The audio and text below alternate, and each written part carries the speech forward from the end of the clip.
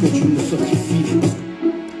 Bonsoir, chers compatriotes, chers frères et sœurs du Togo, du Cameroun, de Côte d'Ivoire, du Congo et de tous ces pays où règnent des potentats de système de type colonial instauré par la France dans ses ex-colonies, et aujourd'hui beaucoup en connaissent la finalité. Nos pays francophones ont un point en commun, hormis le Bénin qui a un semblant de démocratie, le Burkina qui vient de connaître une alternance politique à partir d'une révolution populaire victorieuse, le Niger qui est un bon élève de la France et qui connaît une sorte d'alternance politique, un simulacre d'alternance au sommet de l'État, en dehors de ces rares pays, et du Sénégal qui sert un régime mi-démocratique, mi-tyrannique, finalement tyrannique. Tous nos autres pays, avec en tête le Togo qui est l'école de la nuisance, l'école de la tyrannie, des violations constitutionnelles, des brimades et des coups tordus sur le continent.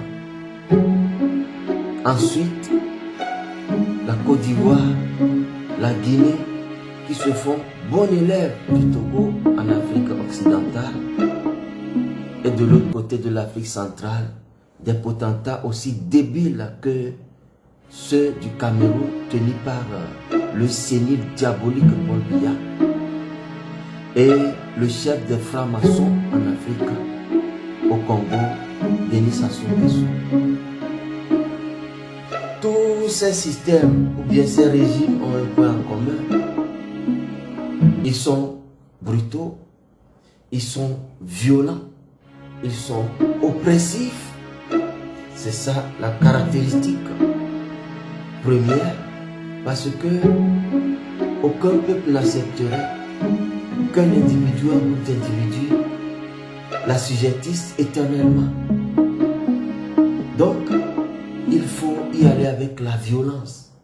Il faut tuer, faire peur aux gens et leur dire, si vous êtes avec nous, vous êtes en paix, vous aurez la richesse pour vous, vous aurez toutes les largesses, mais si vous êtes contre nous, voilà ce qu'on a fait, comme au Togo par exemple, à M. Laurent Djabba, à M.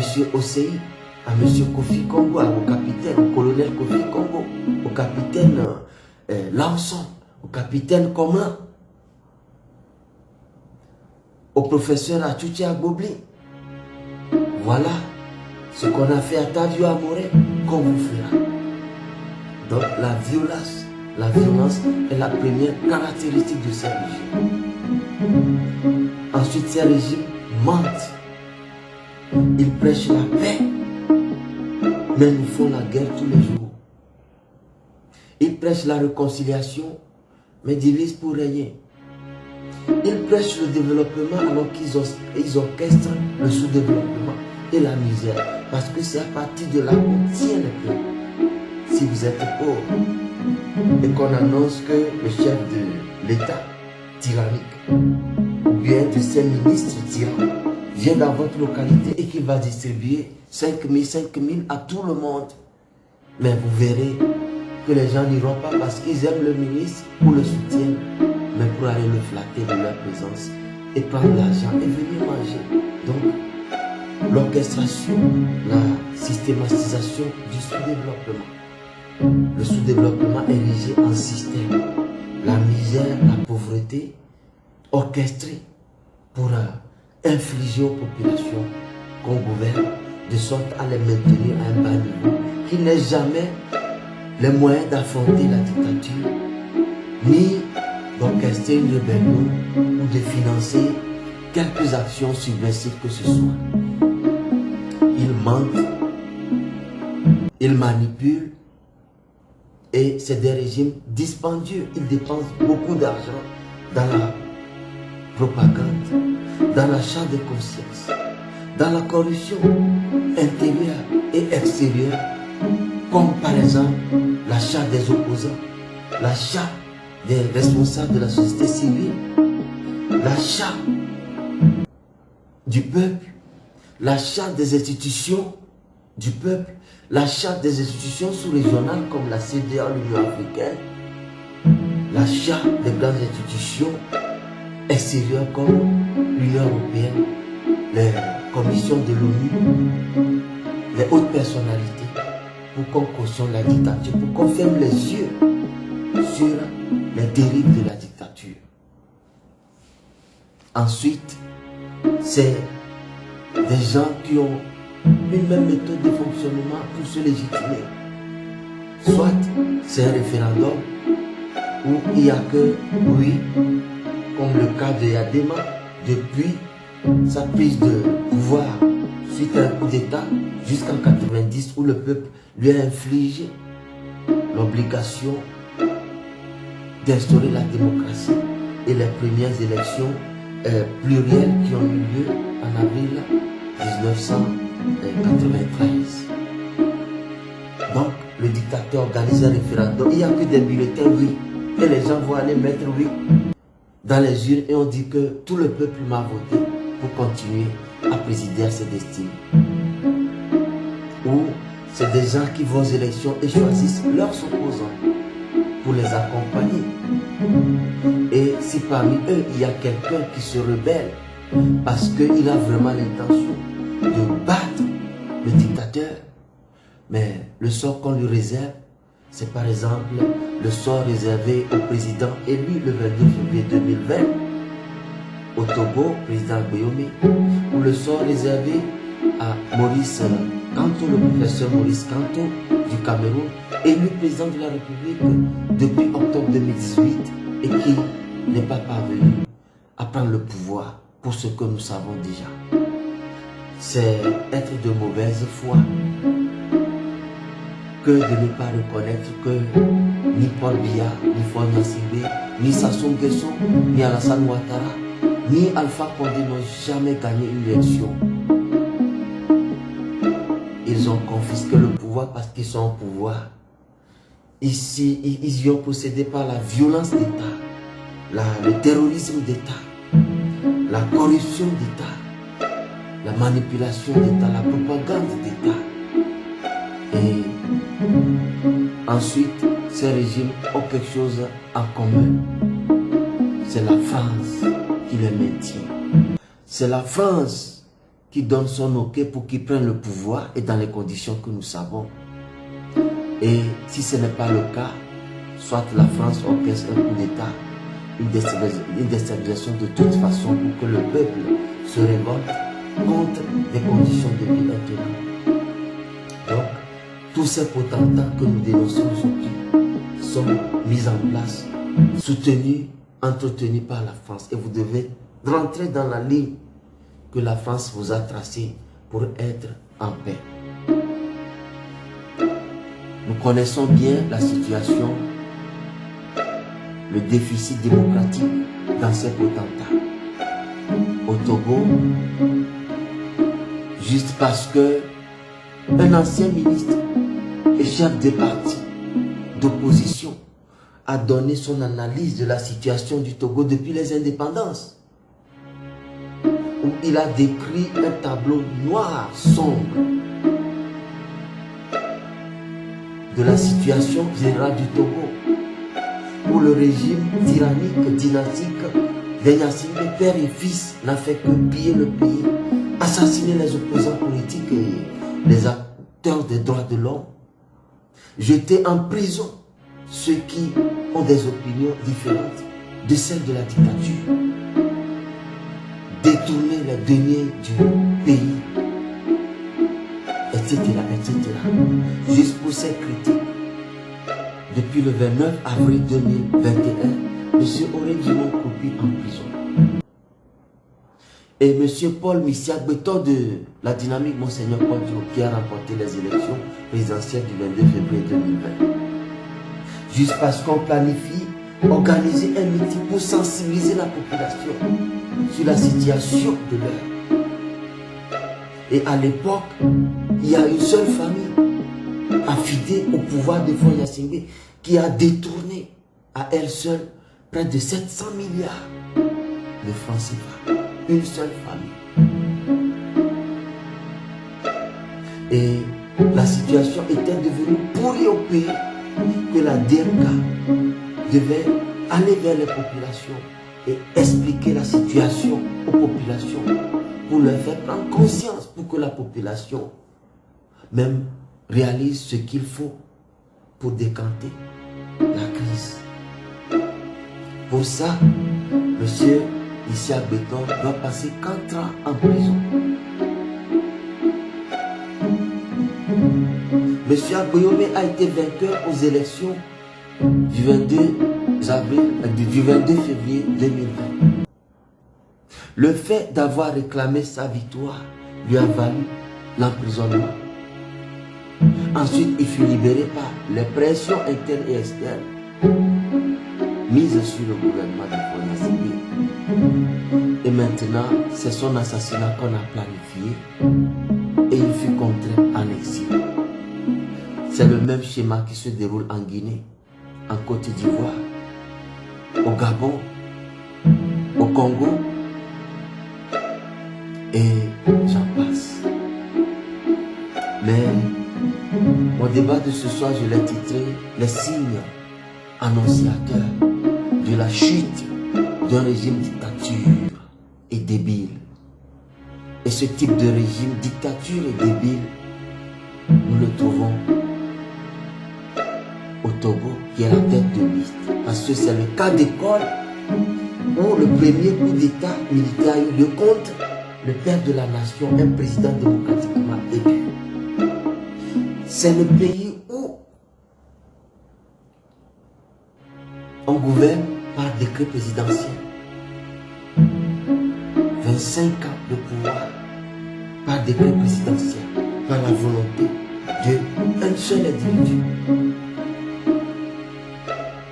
C'est le pays où une conférence nationale a été organisée et pour empêcher la venue de la démocratie, les militaires ont été envoyés pour stopper cette conférence nationale. C'est le pays où un chef d'État fait 2 mandats constitutionnels et s'assoit, change la constitution pour se présenter à vie. Ça a eu lieu en décembre 2002, où le mandat de Yadema, le père de Faure Gnassingbé, devait finir en avril 2003. Il a changé la constitution, bien en juin 2003. Il a changé la constitution pour se représenter. Et son fils, son putain de fils, marche dans ses traces. C'est le pays où, après 38 ans de pouvoir, le père meurt. Le fils est porté au pouvoir dans un bain de sang. C'est un cas d'école. Le Gabon lui a emboîté le pas. Le Tchad lui a emboîté le pas. La Côte d'Ivoire, le Cameroun préparent eux aussi une succession dynastique, à l'instar du Togo. C'est le pays où les élections ont eu lieu, où on bourre les urnes. Les militaires volent les urnes, courent avec pour le compte du régime au pouvoir. Un cas d'école. Jusque-là, ça n'a pas eu lieu dans beaucoup de pays. Sinon, à la togolaise, il n'y en a pas au monde. Quels sont les signes avant-coureurs de la chute de cette dictature? 1. Elle réalise toutes que le peuple en a marre d'elle, cette dictature. Le peuple n'en peut plus de souffrir. Le peuple ne peut plus rester éternellement opprimé. Ils en sont conscients. Ils savent que s'ils organisent une élection dans la transparence, ils n'auront même pas 5%. Ils le savent tous. Elles savent ces dictatures, ou bien ces dictateurs qui tiennent ces dictatures, savent que leurs pays sont en faillite. Pour quelle raison? On ne peut pas s'imposer à la tête d'un État indéfiniment. Mais s'ils le font en 30 ans, en 38 ans, en 40 ans, c'est qu'ils dépensent l'argent du pays à corrompre les politiciens de l'opposition pour qu'ils les accompagnent, à corrompre les institutions internationales pour qu'elles soient derrière eux. Et l'argent qu'ils doivent utiliser pour développer nos pays comme les gouvernements suisses, belges, les français, américains, italiens, allemands, anglais, utilisent leurs ressources pour développer leur pays. L'argent que nos présidents devaient utiliser pour rendre nos pays plus jolis et plus développés que les pays occidentaux, ils les jettent dans la corruption, dans les détours, dans les propagandes, dans l'achat des logiciels d'espionnage, comme le cas de Pegasus. Ils ruinent le pays pour conserver le pouvoir. C'est le même schéma partout. Le budget des présidences est plus élevé que le budget de tout un peuple. Les caisses noires, l'argent qu'il y a dans les caisses noires sont 1000 fois supérieurs que le budget annuel de leur État. La partie du budget annuel consacrée à l'armement, à la sécurité personnelle du chef de l'État est supérieure à tous les secteurs qui ont le plus besoin de financement comme l'éducation, la formation, la santé, l'emploi, etc. Voilà quelques signes avant-coureurs de la chute du régime dictatorial. Et au Togo, le gouvernement a un plan pour repousser le désir d'appartenance de son peuple. C'est que le peuple se bat, soit par les élections, soit par un soulèvement populaire, pour chasser la dictature. Le dictateur sait qu'il est acculé. Qu'est-ce qu'il fait? Il appelle un faux dialogue pour refroidir les ardeurs populaires, pour piocher des opposants qu'il corrompt avec l'argent et les largesses d'État. Et jusqu'à ce qu'ils aient fini leur dialogue de dupes, chronométré dans le temps de sorte à refroidir la ferveur populaire. Le peuple a déjà refroidi.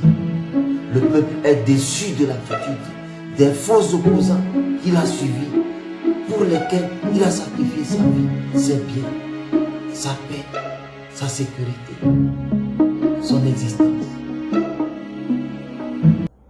Et le gouvernement peut profiter pour se donner une sursis pour quelques années encore. Ou à la suite d'une élection, quand un opposant gagne, le pouvoir confisque le pouvoir, opprime le vainqueur et après va appeler à un gouvernement d'union nationale, à une réconciliation, à un accord cadre, à un dialogue, toutes ces choses inventées à l'école togolaise de la dictature africaine. Et le désir de libération de tout un peuple est toujours envoyé avec la complicité des présumés leaders opposants qui luttent au nom de ce peuple et pour qui ce peuple a tout sacrifié. une chose est sûre. Quand une dictature est trop vieille, comme le cas de la dictature togolaise, qui dure depuis 58 ans, c'est qu'elle est usurée. C'est qu'elle est épuisée. C'est qu'elle fait semblant de tenir debout. Et j'entends dire par les irréductibles du pouvoir PT uni que oui, c'est fini. Agbéomé est chassé du pays. Monseigneur Baudrou est contraint à l'exil. Ils ont muselé le PNP. Ils ont muselé la DMK. Ils ont muselé la société civile, l'opposition sérieuse. Et qu'il y a un boulevard devant eux. Un boulevard. Des gens peuvent être si mauvais au point de penser que empêcher la démocratie, la bonne gouvernance est une bonne chose et que le silence ou la terreur qu'ils ont semé dans le peuple qui a contraint le peuple au silence et à la résignation est un boulevard devant eux. Ce soir, je le jure au nom de nos amis qui ont versé leur sang pour que notre pays soit appelé Togo et non France d'outre-mer. Nos ancêtres qui ont tout fait pour que notre pays ne soit pas appelé territoire britannique ou territoire allemand d'outre-mer. Je jure qu'au nom de ces amis, au nom de Dieu qui a créé les êtres humains libres, ce boulevard dont parle le RPT uni est un boulevard vers sa chute irréversible. Oui, ils ont un boulevard devant eux, mais ce boulevard va les conduire au cimetière. Je le dis ce soir et je le jure. Et ça va arriver.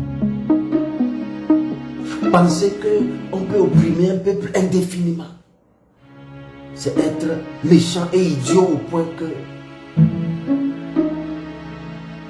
en creusant le trou, on ignore que c'est sa propre tombe qu'on creuse. Le régime du Togo, comme tous les autres régimes dictatoriaux, vont tomber. Parce qu'ils sont épuisés. Parce qu'on ne peut pas continuer comme ça à s'endetter pour protéger le pouvoir, pour maintenir son pouvoir. Et parce que de l'autre côté, le peuple n'en peut plus. Le peuple n'en peut plus pour sa survie alimentaire, pour sa dignité par le travail, pour sa tranquillité, sa sécurité. Le peuple n'en peut plus de subir. Le silence du peuple togolais, du peuple ivoirien, du peuple guinéen, du peuple congolais, du peuple camerounais, qui dans leur majorité sont fatigués des potentats et demandent, exigent leur libération, la démocratie, la liberté. N'est pas un silence de peur, mais c'est un silence pour réfléchir.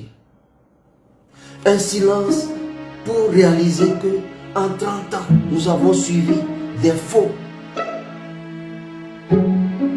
Et que maintenant, quand l'occasion de se soulever va se présenter, nous allons suivre nous-mêmes nos aspirations. Voilà ce qui se prépare pour nos peuples. Nous le disons avec certitude. Parce que rien n'est éternel. La dictature n'est pas éternelle. Regardez toutes les dictatures féroces en Ouganda, au Zaïre. Où sont-elles aujourd'hui? Où sont-elles? Elles ont disparu parce qu'il y a un temps pour tout. Il y a un temps pour ceux qui font le mal de se réjouir du mal qu'ils font aux gens. Il y a un temps pour ceux qui sont opprimés de pleurer pendant que leurs oppresseurs rient. Mais il y a aussi un temps où le peuple opprimé va rire Et l'oppresseur va demander pardon sans l'obtenir parce qu'il n'a jamais été tolérant quand on lui demandait pardon, juste parce qu'on veut vivre un peu. Regardez ces images où un petit soldat de rang parlait mal à Omar Béchir, le général tout-puissant qui a fait 32 ans de pouvoir, qui a confectionné lui-même sur mesure l'armée soudanaise. Il a arrêté. Et un petit soldat de rien qui lui dit: assieds-toi, monte ton visage. Il prend des photos, il prend des vidéos de lui et envoie. Regardez l'image de ces ministres tout-puissants d'Omar el-Béchir, qui fuyait le peuple et se cachait dans les caniveaux. À quoi sert le pouvoir si on s'en sert pour opprimer son peuple? Regardez Samuel Doe en train de mourir à petit feu et demander pardon, lui le dictateur tout puissant qui marchait sur tout le monde. S'il savait qu'un moment viendra, lui demanderait pardon, il aurait pu mieux faire quand il avait toute sa puissance de tyran. Chers dictateurs africains, vous ne pouvez pas continuer comme ça. Vaut mieux rendre le tablier, négocier avec ceux que le peuple a choisis. Monsieur Célien Dan Diallo en Guinée, Monsieur Babo en Côte d'Ivoire, le docteur Agome Kodjo au Togo, l'opposition congolaise au Congo, le professeur Maurice Kanto au Cameroun. Négociez avec ces élus légitimes du peuple. Ils vous accorderont une porte de sortie. Sinon, le moment viendra quand le peuple même se sera battu pour venir renverser votre pouvoir. Il vous traitera de la même façon que vous l'avez traité en 30 ans, 38 ans, 40 ans de pouvoir.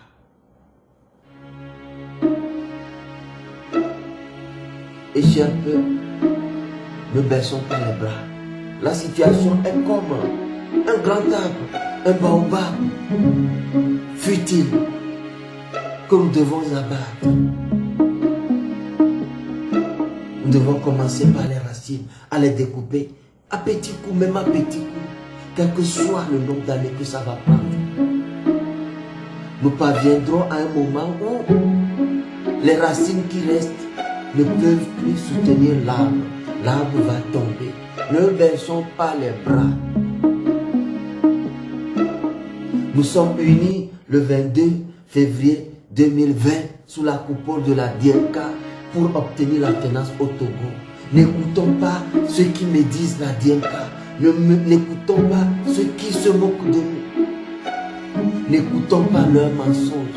Certaines choses sont évidentes. Vous ne pouvez pas dire aujourd'hui que entre la DNK et le RPT uni, le RPT uni est mieux.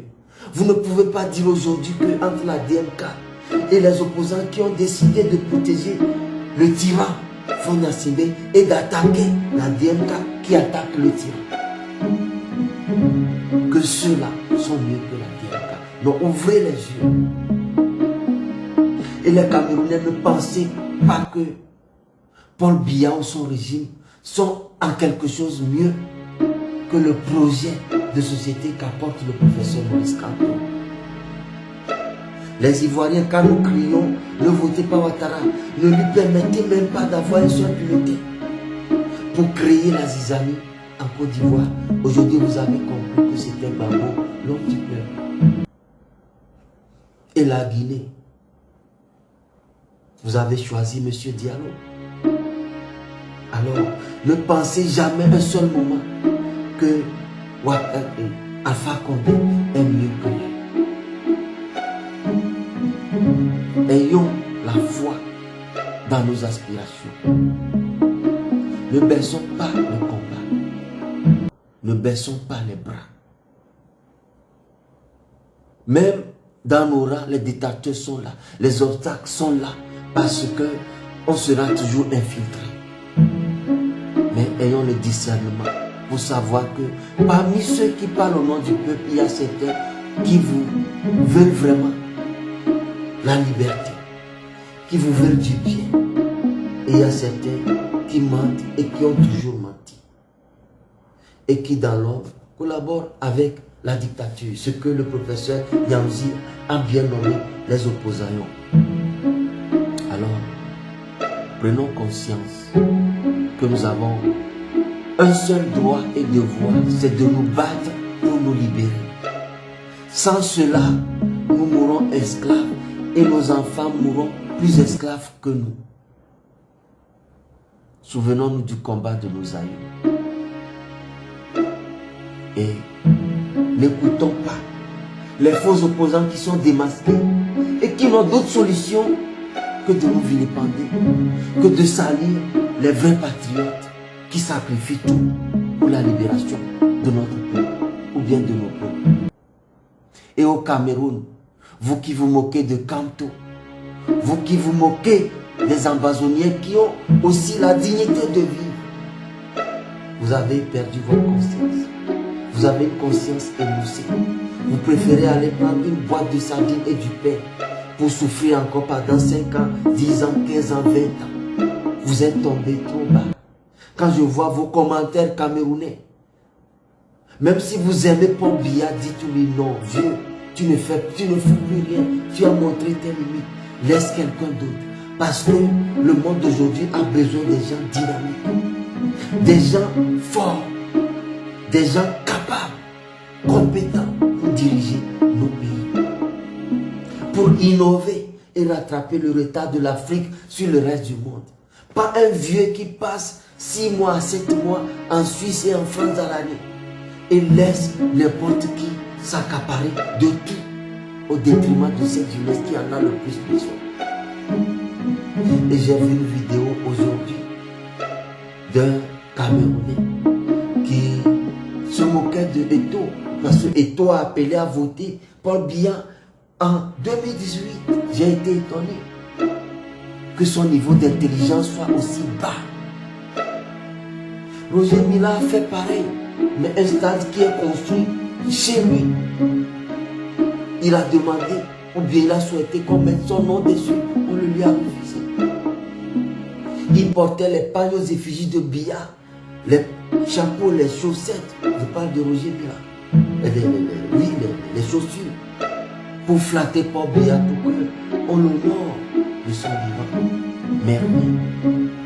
Et Samuel Eto'o, pareillement, pensait qu'en soutenant Biya, en appelant beaucoup à le voter, on le choisira plus tard comme président de la Fédération camerounaise de football. Aujourd'hui, on lui dit qu'il n'est pas camerounais parce qu'il a double nationalité. Il est espagnol. Voilà, la pilule est amère, mais on ne soutient pas le mal. Quelle que soit votre hégémonie, votre popularité, on ne cautionne pas le mal. Emmanuel Adebayor l'a fait au Togo, pensant qu'en soutenant Faure Gnassingbé, il serait mieux placé dans l'histoire du football togolais. Mais qu'en est-il aujourd'hui? On ne soutient pas un tyran. Un tyran est un tyran. Il ne t'aime pas. Il va t'utiliser pour son pouvoir. Il va te sucer comme une orange et te jeter après. Alors, ne cautionnons pas le mal. Au Togo, vous qui vous moquez de Monseigneur Pondiou, un nonagénaire qui se bat de ces dernières énergies pour vous, vous êtes maudits. Répentez-vous, sinon la malédiction va tomber sur vous et sur vos enfants. Si vous étiez conscient vraiment que vous devez aimer vos enfants et leur épargner une malédiction parentale, vous ne devez pas choisir comme des politiciens véreux, malhonnêtes, endiablés, vous poussent de le faire, à insulter un évêque, un archevêque émérite de la trempe de Pondiou. Vous insultez le président Guillaume qui a été premier ministre, qui a relevé le Togo après les vents tumultueux des années 90 à Agbéomé a relevé le Togo économiquement. D'abord à travers le port autonome de l'Omo et à travers la primature. Et mentionnons qu'il a été plusieurs fois ministre et président de l'Assemblée nationale. Un homme d'État qui a envoyé dans des grands sommets où il ne pouvait pas s'exprimer. Agbéomé s'exprimait en tant que chef de l'État du Togo ou bien son représentant, son mandaté. Vous moquez de celui-là qui a fait ses preuves et qui inspire même la peur et le respect de l'Occident. Parce que c'est que quand on lui confie, quand on les laisse prendre le Togo comme ça, eux n'auront plus leurs intérêts. Vous vous moquez de celui-là qui a toutes les largesses de continuer à en profiter, mais qui a démissionné parce qu'il veut la démocratie et la libération de son peuple. Contraint plusieurs fois à l'exil, il quitte son château pour aller vivre dans des conditions indescriptibles, où il n'y a même pas de ventilo. Vous vous moquez de celui-là. Et l'homme qui vous nargue, qui vous tue, qui vous affame, qui vous rend la vie impossible, vous le respectez, il faut Gnassingbé, vous le respectez. Vous respectez les sorciers, sorcières de ministres, premiers ministres qui l'entourent. Vous respectez ces moutons députés, sorciers qui cautionnent le mal du prince. Quel peuple sommes-nous devenus? Un peuple si vain, prenons conscience, nous méritons mieux. Nous sommes nous-mêmes notre force pour obtenir ce que nous voulons. Nous voulons être libres et à l'aise comme les jeunes occidentaux.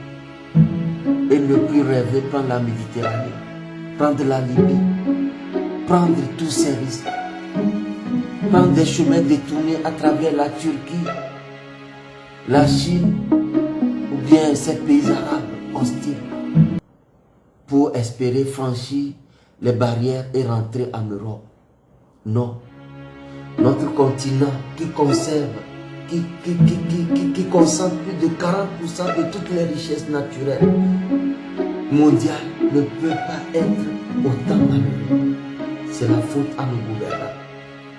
Et à leur mandat, les Occidentaux, la France en tête de liste.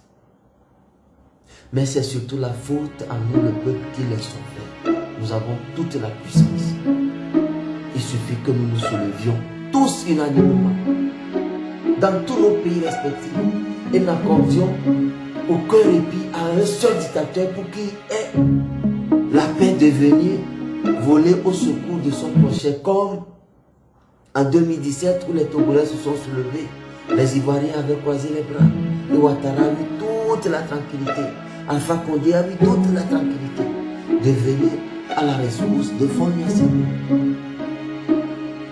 Et comme en 2020, lors des élections du 31 octobre, les Togolais ont croisé les bras. Faure Gnassingbé a eu la main libre pour aller cautionner un troisième mandat illégal et anticonstitutionnel en Côte d'Ivoire, en y convoyant des miliciens qui sont partis tuer nos frères ivoiriens pour les terroriser, comme ils le font au Togo pour nous terroriser et faire passer la fraude électorale. Si le Togo est en feu et la Côte d'Ivoire croise les bras, le Togo finira de brûler, la Côte d'Ivoire va prendre feu. Si la Guinée, le peuple guinéen, laissait la Côte d'Ivoire et le Togo brûler, ces deux pays brûleront. Après, ce sera le tour de la Guinée de brûler. Cameroun, Gabon, Congo, ne croisons pas les bras. Prenons conscience, soulevons-nous. C'est là notre force. C'est là la seule occasion de faire un changement profond, de mettre des nationalistes au sommet de nos États. Et ceux qui gesticulent aujourd'hui pour un franc CFA qui doit changer, mais ça changera, mais ça deviendra franc CFA bis, parce que qui a lutté pour conserver le CFA depuis 75 ans? Ce n'est pas la France, Mais c'est les dictateurs qu'il a placés à la tête de nos États. Mais tant que ces dictateurs sont là, nous pouvons changer 1000 fois le franc CFA. Le franc CFA sera toujours le franc CFA. Parce que ces sous-préfets de la France sont là pour garantir la monnaie coloniale du CFA. Alors, que notre objectif premier soit de dégager les potentats et de créer des régimes nationalistes, ultranationalistes et patriotiques, indépendantistes, qui vont mener nos pays à bien, suivant le rêve de nos pères fondateurs. Chers confrères, chers frères, chers compatriotes africains, voilà mon message pour nous. Et nous allons clôturer avec une hymne qui vient du Togo. Et c'est le souhait pour toute l'Afrique. Faisons de notre mieux pour l'Afrique, pour que l'histoire de l'Afrique soit glorieuse, pour que l'Afrique soit prospère, pour que l'Afrique soit l'étoile qui éclaire l'humanité. Voilà l'hymne du Togo qui dit « Salut à toi Togo chéri », composé par Edouard Yeboah.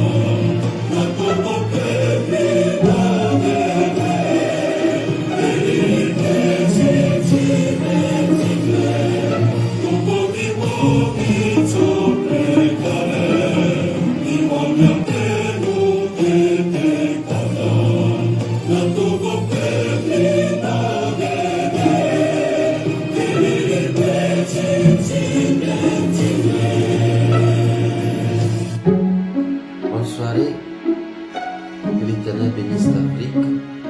C'est votre frère du Togo, depuis la Suisse, Jean-Paul